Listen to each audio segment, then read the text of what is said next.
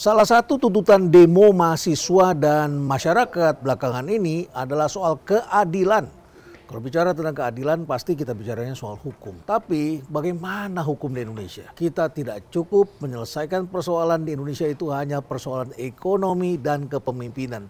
Tapi kita juga harus bisa menyentuh aspek hukum. Ini luar biasa masalah hukum negara kita. Banyak sekali yang membincangkan jadi berbisnis, berkegiatan ekonomi di Indonesia menjadi sangat mahal sekali. Kita bisa lihat pada ICOR kita, Incremental Capital Output Ratio. Jadi di Indonesia dibutuhkan modal yang lebih besar untuk kita mendapatkan output yang sama dengan negara lain. Waduh, boros sekali negeri ini. Ya, ini masalah keadilan yang wujudnya adalah bagaimana proses dalam persidangan, proses dalam penetapan keadilan itu sendiri. Dan kalau kita bicara tentang keadilan, maka kita jadi ingat dengan apa yang pernah disampaikan oleh Gustav Radbruch. Dia pernah mengatakan bahwa hukum tanpa kepastian bukanlah hukum.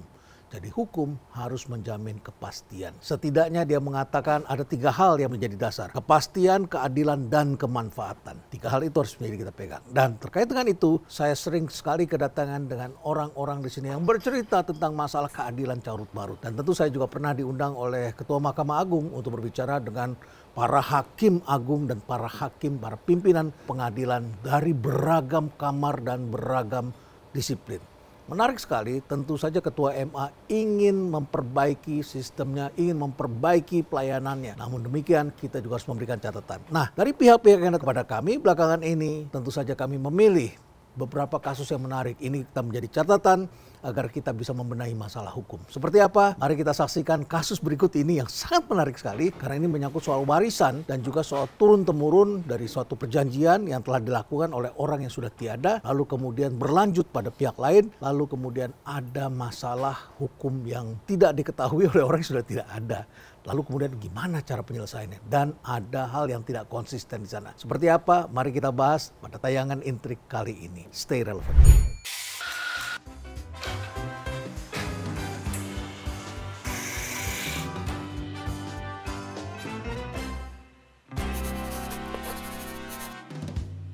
Selamat datang di Cafe Berisi, Saudara Damianus Renyaan. Terima kasih, Prof. Ya, saya senang sekali Anda berkenan hadir di sini karena kita ingin membahas tentang konsistensi hukum dan juga kasus yang menurut kami sangat menarik. Barangkali dari sini Anda bisa berbagi cerita dan bagaimana publik bisa memahami betapa rumitnya keadaan seperti ini dan harusnya apa sih?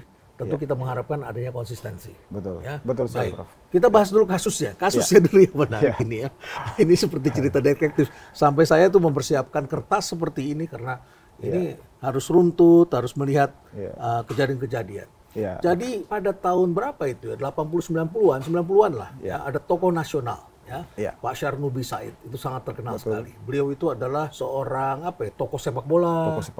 Kemudian juga seorang entrepreneur. Ya, memiliki perusahaan dan perusahaannya maju. Dan saya sering diundang di perusahaan itu. Dan tahun berapa beliau meninggal dunia itu? Beliau wafat tahun 2001, Prof. 2001. Dan beliau ini punya anak. Anak namanya Eka Rasja Putra Said. Terus kemudian saat Pak Eka Rasja Putra Said meninggal di tahun 2022 kemarin karena COVID. Terus kemudian meninggalkan 2 ahli waris, ibu dan anak. Istrinya Pak Eka dan anaknya, anak tunggalnya. Jadi Pak Syarnubi Said ini, almarhum ini mempunyai 1 anak. Dan tentu dia punya saudara-saudara dan punya orang kepercayaan. Betul. Baik, kasusnya berawal dari almarhum ini mempunyai perusahaan dan kemudian dia berbagi kepada orang-orang kepercayaan dan keluarganya. Jadi sebenarnya case ini berawal dari akta pemberian bonus tahun 1998, di mana pihak pertama adalah Pak Syarnubi Said sebagai pihak pertama sepakat untuk memberikan bonus berupa 18% dari laba bersih perusahaan beliau PT Kramayuda kepada 4 orang. 1 adalah temannya dan 3 adalah saudaranya sendiri. Ya, berarti itu beliau ini orang baik ya? Orang baik ini memberikan bonus dan diberikan dalam akte. Ada aktanya? Dituangkan dalam bentuk akta pemberian bonus, akta 78, akta otentiknya, Prof. Di dalam sini dikatakan bahwa Pak Syarnubi sepakat untuk memberikan bonus 18% itu untuk kesejahteraan pihak kedua di perjanjian. Nah, terus kemudian ada klausul juga bahwa pemberian bonus itu diberikan sepanjang almarhum Pak Syarnubi masih menjadi pemegang saham mayoritas dan sepanjang perseroan itu untung. Terus kemudian juga pemberian bonus itu tidak wajib diberikan setiap tahun, tapi akan diusahakan diberikan setiap akhir tahun, Prof. Demikian pula Ada pasal juga yang menyatakan bahwa oleh karena pemberian ini hanya bonus, sehingga pihak kedua di perjanjian ini, 4 orang itu dilarang melihat pembukuan perseroan. Jadi dasarnya kepercayaan. Dasarnya kepercayaan dan kebaikan hati sebenarnya. Kebaikan hati. Kalau kita balik ke hukum, istilahnya kalau menurut tafsir kita itu perikatan sukarela, naturlijk verbintenis. Ya, pemberian sukarela. Jadi misalnya Prof nanti tahun depan saya akan kasih mobil ke Prof. Nah, tapi cuma sepihak, tidak ada timbal baliknya, Prof. Kemudian pas Syarnobinya meninggal 2001, Pak Syarnobi meninggal, terus kemudian kepemilikan saham Ikramayuda dilanjutkan oleh almarhum Pak Eka sebagai putra tunggal, ya, dari 2002 sampai dengan 2022. Ya. Ketika beliau meninggal, terus kemudian ibu dan anak ini, menurut mereka, para sepupu-sepupunya almarhum sendiri datang membawa akta 78 ini seolah-olah Pak Eka selama 20 tahun pemilikan sahamnya di Kramayuda tidak pernah atau kurang bayar. Kenapa menagih setelah orang yang meninggal? Nah, ini yang menjadi gundah hati dan kesedihan dari ibu dan anak ini karena mereka tidak pernah. Mereka ini warga negara asing, Prof. Jadi Ibu Rosita dan Pak Eri putranya ini warga negara Singapura. Ya, tinggal di sana. Tinggal di sana. Pak Eka yang semasa hidupnya selalu ke sana. Anaknya ini baru selesai kuliah di London ketika bapaknya meninggal, Pak Eri ini. Jadi praktis ibu dan anak ini tidak tahu perseroan Kramayuda ini sendiri, tidak pernah terlibat di dalamnya, kemudian kucuk-kucuk dikasih akta pemberian bonus ini seolah-olah almarhum itu dan tidak akta ini kan adalah perjanjian dari mertuanya Ibu Rosita. Betul, Bro. Kepada 4 orang itu. Betul. 4 orang itu masih hidup. Pas Syarnobi sudah meninggal, 4 orang ini sudah meninggal. Jadi yang seharusnya selesai dong. Seharusnya perjanjian selesai. itu. Betul, Bro. Dalam perjanjian itu disebutkan bahwa sepanjang almarhum Pak Syarnobi itu masih menjadi pemegang saham mayoritas. Sekarang kan pemegang sahamnya bukan lagi Pak Syarnobi. Betul. Sudah menjadi anaknya. Anaknya Pak Eka. Oke. Ya.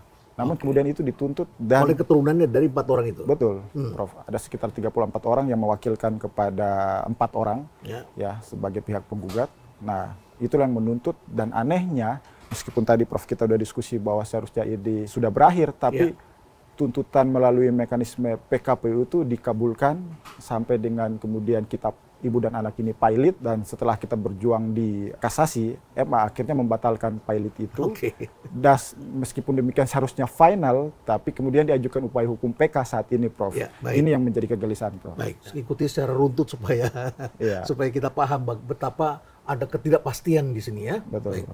Pertama harusnya adalah sudah berhenti ketika almarhum meninggal dunia, tapi kemudian ini keturunan dari 4 orang yang dijanjikan bonus ini menggugat. Pasti mereka punya dasar hukum dong. Betul, Bro. Dasar hukum mereka apa? Mereka mendalilkan bahwa perjanjian ini berlaku sampai ke ahli waris. Menurut versi mereka. Menurut versi mereka berlaku sampai ke ahli waris. Berarti mereka berhak menggugat. Ya, itu legal standing yang mereka pakai. Walaupun pada pasal lain dalam perjanjian ini selama Pak Syarnobi masih menjadi pemegang saham mayoritas. Ya, kalau orang sudah meninggal tentunya kan sudah tidak lagi menjadi pemegang saham. Tafsirannya begitu kurang lebih. Betul, Prof. Oke, ini kasusnya begitu ya? Iya. Lalu kemudian menggugat dan diberikan kepada istri dari anaknya Pak Syarnobi yang suami sudah meninggal.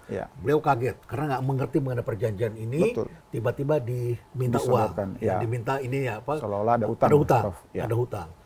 Di sini ada persoalan satu, kenapa munculnya setelah meninggal? Ya, kenapa munculnya setelah meninggal? Kenapa nggak digugat pada saat lagi hidup begitu? Tidak-tidaknya disomasi, diberikan ditanyakan atau apalah kan? Ditagihkan. Ya kan, selama ini kan yang hidup di Indonesia bersama mereka adalah mereka sendiri yang hidup bersama almarhum. Seharusnya sepatutnya itu dibicarakan atau diselesaikan pada saat itu. Baiklah, anggap ini kasusnya clear di sini. Betul, Kemudian masuk tahap berikutnya. Ya. Ke-4 orang ini kemudian menggugat ke PKPU. Menggugat mekanisme PKPU. Jadi ini berdasarkan Undang-Undang Nomor 37 Tahun 2004 tentang kepailitan dan penundaan kewajiban pembayaran utang. Atau PKPU adalah penundaan kewajiban pembayaran utang atau kepailitan. Itu ada undang-undang sendiri. Jadi ini dipailitkan supaya bisa bayar. Betul. Awalnya itu mereka menggunakan mekanisme PKPU. PKPU itu tujuannya itu untuk direstrukturisasi, restrukturisasi utang. Kalau pilot kan bertujuan untuk mengambil hartanya, Prof. Mekanisme yang mereka pakai pada saat itu adalah PKPU. Tapi balik lagi, Prof. Kalau kita balik lagi ke mekanisme apakah ini patut diselesaikan melalui mekanisme PKPU, kan menjadi catatan besar. perkara ini tidak sederhana karena tadi Prof, ini bukan soal utang piutang. ini bukan soal utang piutang. Ini soal perjanjian Ini akan membagi bonus, bukan atas suatu prestasi tapi karena kebaikan hati. Ibaratnya perjanjian sukarela dari kebaikan hati dari Pak Syarnobi untuk memberikan kepada 4 orang ini meskipun beliau sudah meninggal saat ini. Lalu kemudian mereka beranggapan selama 20 tahun itu Pak Eka almarhum ini berutang kepada mereka, tidak menjalankan itu. Betul, Bro. Itu dalam pikiran mereka. Betul. Padahal kalau menurut undang-undang ini kan ada, kalau undang-undang kan tidak harus selalu kita, kalau ada hutang kan bukan berarti selalu harus dipilotkan kan? Betul, Bro. Kalau menurut undang-undang kan ada beberapa cara, mekanisme. Betul, Bro. Apa saja mekanisme? Apabila benar ada utang, maka mekanisme yang bisa ditempuh ada 3, Prof. Apabila utang itu di bawah 500 juta rupiah, maka mekanisme adalah gugatan sederhana di pengadilan negeri melalui gugatan perdata. Nah, apabila nilainya di atas 500 juta rupiah dan kompleks, maka penyelesaiannya melalui gugatan biasa di pengadilan negeri juga. Nah, mekanisme ketiga, PKPU dan pilot. PKPU dan pilot ini hanya untuk utang yang sifatnya sederhana. Sederhana dan di atas 500 juta? Iya. Apa artinya sederhana tidak sederhana? Artinya bahwa perjanjiannya sudah pasti, jatuh temponya sudah pasti, tidak ada sengketa di antara para pihak. Seperti misalnya bank berikan pinjaman, atau ada kredit, ada vendor lah. Ya, kita kayak kredit motor atau kendaraan kan tiap bulan kan nilainya sudah pasti, tanggal berapa kita udah harus bayar. Atau supplier ya? Ya, betul. Supplier memberikan barang, Anda nggak bayar-bayar begitu betul, kan? Bro. Nah, karena nggak bayar-bayar, saya pilotkan aja di perusahaan, bisa kan begitu kan? Betul, Bro. Nanti setelah itu dihitung oleh kurator, kemudian dibayarlah kepada para pihak yang menagih itu. Dan kemudian betul, Prof. Oke. Nah, seharusnya kalau begitu kemana ini? Jadi harusnya ke pengadilannya mana? Pengadilan yang seharusnya ke pengadilan gugatan perdata ke pengadilan negeri, bukan mekanisme PKPU dan pilot yang ada di pengadilan niaga, Prof. Pengadilan negeri yang dengan jenis hutang yang tidak sederhana ini. Betul, Prof. Tidak sederhana. Oke, biasa kalau istilahnya. Tapi ini masuknya ke PKPU, dan pengadilan niaga. Pengadilan niaga. Oke. Apa yang terjadi di pengadilan niaga? Pasti menarik itu. Yang kita kaget adalah ini yang tadi diskusi, seharusnya ini tidak ada utang, tapi putusan PKPU di September tahun lalu menyatakan kita dalam status PKPU. Diangkatlah namanya pengurus, kalau istilah dalam proses pilot disebut kurator, diangkatlah hakim pengawas. Nah, pada saat itu kita menolak hutang, terus kita menolak hutang karena memang kita tidak menandatangani perjanjian. Nah, para kreditur ini atau pemohon PKPU ini tetap bertahan dengan nilai 700 miliar yang dituntut, terus kemudian dari kurator juga verifikasi sekitar 500 miliar, sehingga kemudian hakim pengawas mengeluarkan penetapan pada saat itu. Penetapan hakim pengawas pada saat itu adalah menolak hutang karena perjanjian ini tidak ditandatangani oleh klien kami, oleh si debitur istilahnya. Seharusnya final di situ, tapi kemudian itu diajukan banding dan diterima. Sebentar. Jadi sudah diputuskan oleh hakim pengawas bahwa ini menolak batal, hutang. Tidak bisa dipilotkan. Ya, tidak ada utang, Prof. Tidak ada utang. Tidak ada utang, Prof. Selesai kasusnya seharusnya. Tetapi kemudian dipaksakan banding ke majelis hakim yang memutus kita PKPU. Kira-kira publik atau Prof mungkin bisa membayangkan kalau kembali lagi ke hakim yang memutus, pastikan dia akan membatalkan kembali. Dia akan membatalkan, dan itu benar terjadi. Membatalkan penetapan hakim pengawas dan suruh melanjutkan. Meskipun secara formal seharusnya udah final di situ, nggak ada upaya hukumnya. Jadi ini tidak bisa PK, tidak bisa dibawa ke mahkamah. Itu proses putusan banding itu secara teknisnya itu memerintahkan untuk melanjutkan proses PKPU ini. Jadi ada inkonsistensi di sana. Ada inkonsistensi di situ. Menariknya hukum kita. Nah, akhirnya kemudian kita pergi ke bank dan kita cari data-data almarhum, kemudian ditemukan fakta bahwa ternyata dari 10 tahun terakhir itu ternyata ada aliran dana dari rekening almarhum Pak Eka kepada si para pemohon pilot ini. Oke, jadi ahli waris dari Pak Eka kemudian datang ke bank minta data mutasi, dan ternyata selama itu ditemukan ada aliran dana kepada 4 orang ini. Kepada total mereka ini ada sekitar, untuk ahli waris dari 4 orang ini sekitar 20-an orang, Prof. Nah, ada aliran dana kepada sebagian besar daripada mereka, jumlahnya 232 miliar, Prof, selama 10 tahun. Selama 10 tahun. Dan diduga itu adalah uang komitmen dari beliau. Memang almarhum Pak Eka ini sepanjang hidupnya dikenal oleh ibu dan anak ini selalu memperhatikan kesejahteraan, selalu berbuat baik dari orang-orang ini. Iya, itu yang ibu ini tahu. Jadi kalau ketika Pak Eka meninggal dan dituntut ada utang, mereka tidak percaya, siapapun tidak percaya. Kemudian ditemukan, ada nih. Ada duitnya ini. Berarti tidak sebesar itu dong tuntutan. Betul, tuntutannya berapa? 700 miliar dan dikabulkan 500 miliar. 700 miliar dikabulkan 500, ternyata sudah ada 232 miliar. Betul, Bro. Akhirnya kita minta harus jangan dong kita dibebankan 500 karena ada dana ini. Nah, akhirnya kembali lagi hakim pengawas sebagai pihak penengah mengeluarkan penetapan lagi. Oke, saya tetapkan nilai utangnya 132 miliar. Nah, hakim pengawas sudah menetapkan 132 miliar, sayangnya pengurus maupun kreditur ini nggak mau terima itu, nggak mau tetap bertahan dengan 500-an miliar. Padahal saat itu kami ingin membayar 132 miliar itu namun ditolak. Sehingga sampai dengan tenggang waktu PKPU 270 hari kita dipilotkan. Kita pilot karena sampai dengan tenggang waktu yang ditentukan oleh undang-undang tidak ada perdamaian. Tidak ada perdamaian. Tidak ada perdamaian. Nah, kemudian kita dipilotkan di malam hari, putusannya jam 11:30 malam, Prof. Ini yang aneh yang kita terjadi. Ini menarik ya? Menarik. Menarik sekali, dikeluarkan 11:30 malam. Baik. Kemudian kita ajukan kasasi terhadap putusan pilot itu, Prof. Kita ajukan kasasi di Mei tahun lalu. Kemudian alhamdulillah puji Tuhan akhirnya kasasi kita dikabulkan di bulan November tahun lalu. Nah, meskipun demikian kita sangat miris karena saat ini kita berhadapan dengan fakta bahwa di dalam proses pilot itu ternyata kurator sebagai pihak yang diangkat telah mengeluarkan 132 miliar dan dibagikan kepada para kreditur-kreditur ini. Seolah-olah nilai hutangnya sudah pasti. Padahal pada saat itu proses renvoy. Jadi meskipun kita dalam pilot ada tahapan dalam proses kepilotan yang namanya renvoy. Renvoy itu untuk menentukan berapa nilai hutangnya. Karena ada perbedaan. Kita tetap menolak pada saat itu nilai hutang itu. Nah, pada saat itu kalau kita lihat pengadilan lagi menentukan besar hutang. Iya, di pengadilan niaga, Prof. Jadi ternyata itu pun kita tahu belakangan, Prof. Jadi pasca kita menang kasasi dan kita tidak pilot, kita mencoba ke bank. Kita minta dong kasih dananya. Ternyata banknya yang memberitahukan kita dengan polosnya. Kurator telah mencairkan dana. Iya, Bro. Telah mencairkan dana dari beberapa bulan lalu, dari bulan September. Harusnya selama proses kasasi tidak boleh. Seharusnya itu setidak-tidaknya diinfokan kepada kita dan tidak boleh karena memang nilai sengketa nilai hutangnya masih sedang berjalan. Dan harusnya memang diberitahu kepada pemiliknya. Betul. Setidaknya itu tidak ada pemberitahuan. Tidak ada pemberitahuan.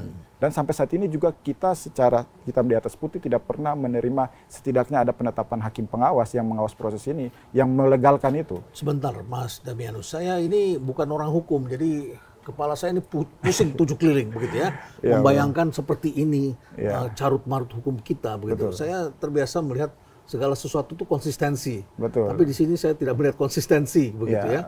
Tidak melihat konsistensinya dalam arti bahwa seorang kurator bisa mencairkan dana harusnya dapat persetujuan dari pemiliknya. Apakah boleh begitu mereka melakukan? Secara hukum memang kurator itu kewenangan pengurusan dan pemeriksaan harta itu ada pada mereka. Ada pada mereka. Ada pada tapi kurator. Tapi kan ada pengawasnya.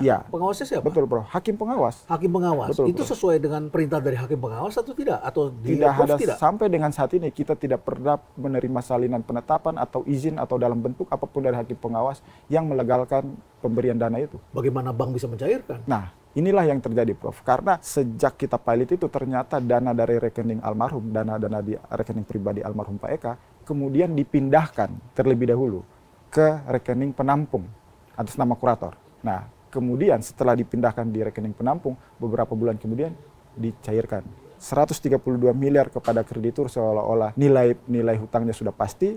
Jadi kami punya datanya, Prof. Jadi pada tanggal 11 September tahun lalu, itu sudah dikeluarkan dana sekitar 132 miliar. Ini berdasarkan data mutasi yang kami peroleh dari Bank Mandiri. Dan yang berikutnya adalah ada 9 miliar yang ditarik dari dana tersebut. Ada dari 9 miliar dan seolah-olah itu adalah fee kurator. Berdasarkan catatan di mutasi tertulis bahwa itu fee kurator. Fee kurator ditentukan sepihak atau harus bersepakat? Seharusnya ada kesepakatan, ada pendapat dari kita harus didengarkan terlebih dahulu, Prof. Ada menarik lagi nih, Prof. Setelah kepilotannya dibatalkan, baru kita nemukan ada penetapan fee, tapi itu bukan fee kurator, tapi fee pengurus. Nilainya pun bukan 9 miliar sesuai dengan data mutasi, tapi 6 miliar sekian. Jadi pengurus ini siapa? pengurus itu artinya bahwa ada penetapan fee kurator di zaman PKPU. Jadi kalau di proses PKPU mereka disebut pengurus. Ya. Kalau di kepalitan mereka disebut kurator. Ya, baik. Nah, kalau di data mutasi rekening itu tertulis bahwa pembayaran fee kurator. Oke. Sedangkan penetapan yang kita terima pasca kepalitan dibatalkan itu adalah penetapan fee pengurus dan nilainya pun bukan 9 miliar tapi 6 miliar sekian, Prof. Jadi ada selisih 3 miliar yang sampai saat ini tidak bisa dipertanggungjawabkan dan seharusnya itu dipertanggungjawabkan kepada kita, namun itu tidak pernah terjadi, Prof. Kalau Anda sebagai orang hukum yang harus digugat itu siapa terhadap kejadian-kejadian ini? Ya, tentunya yang harus bertanggung jawab adalah kurator. Kurator, Ya, karena terus kemudian, dia menjalankan di luar prosedur. betul, Prof. Oke. Kemudian hakim pengawas yang lalai mengawasi proses kepalitan ini. Dan di satu sisi juga karena dana itu berdasarkan mutasinya sudah dipindahkan kepada kreditur, tentunya para pemohon pilot atau si krediturnya harusnya bertanggung jawab mengembalikan, Prof. Termasuk bank juga. Bank juga, karena ada kelalaian. Bank kan yang saya tahu, Prof, kalau ada seseorang itu dalam mekanisme pilot dan PKPU, bank selalu akan monitor. Ya. Nah, sehingga termasuk upaya hukum kita, proses yang terjadi yang tadi saya sampaikan, Prof, ada proses renvoy maupun ada kasasi ini, sepatutnya itu menjadi perhatian dan tidak bank sembarang. harusnya menanyakan kepada pemilik kepada dana, pemiliknya. yang Betul, Anda Prof. approve atau tidak untuk Betul, memberikan, Prof. begitu ya? Betul, setidaknya mengecek ke pengadilan, Prof. Oke, jadi ini ada berlapis-lapis ini persoalannya. Betul, jadinya, Prof. ya. Oke, baik. Kemudian setelah itu Anda kan sudah dinyatakan menang di kasasi. Ya. Itu bersifat final atau Final di situ, final Prof. di situ? Betul, Prof. Final di situ, terus Ya. kemudian apa yang terjadi? Mereka melakukan Yang apa? terjadi adalah di bulan Mei kemarin, si para kreditur ini atau lawan kita ini mengajukan upaya hukum peninjauan kembali. Peninjauan kembali. Ini PK dikenal nggak kepada dalam Mahkamah Agung. undang-undang tentang PKPU dan kepilotan ini? Nah, peninjauan kembali itu tidak dikenal dalam proses pilot yang berasal dari PKPU ini, secara hukum tidak boleh. Karena itu ada dasarnya, Prof. Dan sudah final kasasi itu? Seharusnya kasasi adalah final. Tidak ada upaya hukum apapun. Ya. Itu dasarnya ada di dalam putusan Mahkamah Konstitusi tahun 2001, terus kemudian juga ditindaklanjuti oleh hasil FGD dari hakim-hakim niaga seluruh Indonesia. Bahkan hasil FGD itu dibukukan dalam buku oleh Mahkamah Agung sendiri agar menjadi pedoman teknis. Bahkan 2 kali itu menjadi pembahasan, Prof. Satu itu di tahun November 2022 dan yang satu lagi itu di Mei 2023. Jadi 2 tahun berturut-turut hakim niaga melakukan FGD. Mereka membahas tentang apakah boleh diajukan PK terhadap kepalitan yang berasal dari PKPU, dan semua sama-sama menyatakan bahwa itu tidak boleh karena ada putusan Mahkamah Konstitusinya. Dan ini bisa menjadi dasar hukum? Nah, seharusnya ini menjadi dasar hukum, Prof. Karena kalau kita lihat juga dari beberapa putusan terakhir, Prof, Mahkamah Agung ini sudah mulai mengikuti pola itu. Meskipun belum diterbitkan dalam satu peraturan yang tertulis, misalnya peraturan Mahkamah Agung atau apa. Tapi ini sudah menjadi kesepakatan bersama, Prof. Oke, Mas Diamenus, di sini kopinya enak. Kita ngopi dulu deh. Oh iya, ya. Prof. Kita pesan kopi dulu. Anda mau kopi hitam atau kopi hitam? inspirasi? Kopi hitam. Kopi hitam, Prof. Oke, Terima kasih, Mas. Kopi hitam, ya. saya juga menemani, jadi minta 2. Oke. Oke, Terima kasih. baik. Untuk Anda yang baru mengikuti, barangkali begini, ada almarhum Syarif Nurbi Said adalah tokoh nasional. Beliau adalah seorang penggerak persepak bola nasional, mempunyai satu perusahaan, dan beliau sangat memperhatikan masalah sepak bola, dan sebagai pendiri perusahaan atau pemilik perusahaan, dia menaruh perhatian juga pada pegawainya, orang kepercayaannya, dan juga saudara-saudaranya. Jadi ada bonus yang diberikan kepada mereka sebanyak 18%. Ada aktanya, tapi kemudian Pak Syarif Nurbi Said meninggal, ini 4 orang juga meninggal. Dalam perjanjian itu disebutkan selama Pak Syarif Nurbi masih menjadi pemegang saham mayoritas dan selama perusahaan masih meraih keuntungan. Kurang lebih begitulah ya. Tetapi kemudian diteruskan oleh para ahli warisnya, lalu kemudian tidak diajukan selama masih hidup, tetapi ketika penerusnya Pak Eka, ya, anak tunggal dari Pak Syarif Nurbi, meninggal dunia, lalu mereka mengajukan ini kepada istrinya seakan-akan di sini ada hutang. Tapi kemudian belakangan keluarga menemukan dari rekening ternyata ada mutasi, ya, yang nilainya cukup besar, kepada sekitar 20 orang ahli waris ini. Betul. Jadi tidak sepenuhnya benar bahwa mereka berhutang sama sekali. Betul. Ya. Baiklah, oke. Kemudian dimajukan ke PKPU dan pilot, ke pilotan, dan dinyatakan pilot, tetapi gagal. Kemudian mereka ajukan lagi, dan ternyata diajukan lagi oleh dengan hakim yang sama, ternyata dipenuhi untuk dijalankan PKPU itu. Betul. Jadi itu kejanggalan pertama. betul, ya? Betul. Ya, Kita sudah mau bayar, Prof. Pada saat itu ada penetapan 132 miliar, kita udah mau bayar, tapi itu diabaikan dan akhirnya kita jadinya pilot. Lalu kemudian Anda melakukan kasasi. Kasasi. Ya, dalam proses kasasi itu ternyata kurator mencairkan dana kepada kreditur. Betul, Prof. Kepada kreditur maupun kepada mereka sendiri. Oke. Jadi di situ kita melihat ada sejumlah hal-hal yang menarik, ketidakpastian. Ya. Pertanyaan lanjutannya adalah ketika diajukan ketidakadilan ini tentu saja bukan urusannya Pak Prabowo, tetapi inilah urusan bangsa kita ini. Ini adanya kalau dalam trias politika ini adanya di dalam yudikatif ya. Ya, betul, yudikatif. Prof. Jadi ini Pak Ketua MA mohon menjadi perhatian ya, untuk kita bagaimana memperbaiki proses hukum di negara kita. Ya. Kurang lebih begitu kan? Betul, Prof. Oke, sedang berada di sana. Ya. Oke. Jadi ada satu lagi kejanggalan, Prof. Jadi di dalam Undang-Undang Kepailitan dan PKPU itu dikatakan bahwa hanya warga negara Indonesia yang beraktivitas di sini saja yang bisa dipailitkan. Namun faktanya klien kami warga negara Singapura bisa dipailitkan, sehingga kami melaporkan itu kepada hakim pengawas Pengadilan Tinggi DKI Jakarta, dan ketika saya diperiksa oleh Pengadilan Tinggi DKI Jakarta selaku pengawas, hakim pemeriksa salah satunya sempat membuat semacam jokes kepada saya bahwa kalau semua warga negara asing bisa dipailitkan di Indonesia, jangan-jangan Donald Trump bisa dipailitkan di Indonesia, Bro.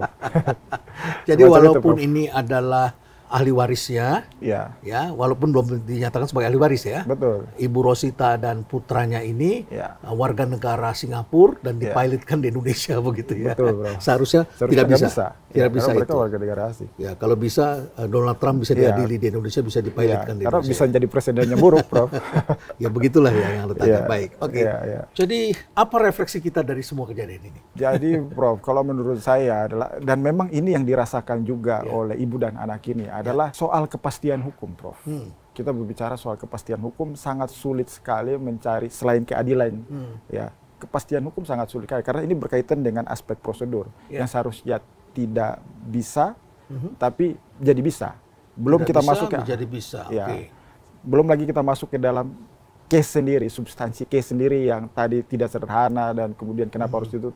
Tapi kan dari aspek formil aja seharusnya sudah membatasi itu. Dan dari awal memang seharusnya tidak pantas untuk diselesaikan melalui mekanisme kepailitan dan PKPU ini.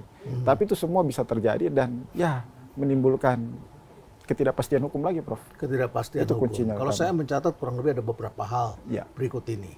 Pertama adalah jalurnya. Harusnya adalah pengadilan negeri biasa, menyangkut soal gugatan perdata dengan hutang piutang yang tidak sederhana, tetapi ini masuknya ke dalam PKPU dan kepailitan. Itu sudah salah kamar. Sudah salah, betul. Yang kedua adalah bagaimana sekarang ini hukum menjamin kepastian. Dalam arti ketika ahli warisnya masih hidup, tidak terdengar, tidak ditagih, tapi begitu meninggal ditagih pada keturunannya. Ya, tentu saja keturunannya menjadi bingung. Jadi hakim di sini dengan cepat bisa melihat, begitu ya. Lalu yang ketiga, saya kira ini adalah soal bagaimana proses yang tengah terjadi. Yang selanjutnya adalah ketika harusnya konsisten hakim tidak konsisten. Karena kembali lagi kepada dia, sebelumnya dia mengatakan menolak PKPU, tapi ketika diserahkan lagi dia mengatakan teruskan itu. Dipailitkan. Dan kemudian selanjutnya ini diajukan kasasi, tapi ternyata dalam proses kasasi mereka kemudian sudah mengambil dana. Di situ ada hal-hal lagi bagaimana ini proses bisa dilewati dan lain sebagainya. Betul, Prof. Gitu ya. Kalau kita lihat ini, Prof, izin, ini kan sudah putusan pembatalan PAILIT sejak November kemarin. Namun sampai saat ini, sampai hari ini saya datang ke sini, dana itu belum dikembalikan. Belum dikembalikan. Nah, ini kan menjadi persoalan, Prof. Akan semakin rumit lagi kalau nanti mereka yang sudah mencairkan meninggal dunia. Betul, Prof. Akan semakin repot lagi. Bagaimana ini? Yang kita takutkan adalah jangan sampai. Inilah ketidakpastian dan ketidakadilan pasti. Betul. Baik. Baik. Oke, terima kasih Saudara Damianus. Seperti itulah ketidakpastian dan ketidakpastian dalam situasi seperti ini. Dunianya sudah uncertainty, lalu ada geopolitical change, ada disrupsi, ada masalah climate change, ada masalah leadership, ada masalah biaya yang membengkak di negara kita. Lalu kemudian kita juga menyaksikan ada ketidakpastian pada faktor lain. Hukum harusnya bisa ditegakkan karena hukum itu adalah suatu kepastian, ya. Jadi hukum tanpa kepastian bukanlah hukum, kata Gustav Radbruch. Lalu kemudian saya juga teringat dengan apa yang disampaikan oleh Aristoteles. Ya, Prof. Aristoteles pernah mengatakan hukum adalah alasan Ya. kita bisa bebas dari nafsu. Ya. Jadi kalau hukum itu mau pasti dan rasional, Ya. maka hukum itu tidak boleh berubah-ubah Ya. mengikuti hawa nafsu. Ya. Dan sayangnya dalam situasi seperti ini kita melihat semakin banyak orang yang tidak memperhatikan hal seperti ini. Ya. Kita harus bisa mengatakan cukup dan kita harus bisa meningkatkan kompetensi kita Ya. agar kita konsisten. Baik. Demikian, terima kasih. Terima kasih, Saudara Damianus. Sebelum Terima kasih berhenti, juga, Prof. sebelum selesai kita ngopi dulu. Siap, Ya, terima kopinya kasih. sudah disiapkan. Terima dan kasih, Prof. bagi Anda yang ingin main ke rumah perubahan, ya saya welcome. Ya. Dan saya juga ingin mendengarkan case-case Anda. Dan di sini kami biasa melakukan ngobrol santai bersama dengan saya. Ya. Ya, dan semoga Terima kasih. kita bisa mendapatkan kepastian lebih baik Amin. belajar dari kasus ini. Amin. Ya. Terima kasih, Prof. Silakan, Terima kasih, Saudara Prof. Damianus, Ya. Dan stay relevant.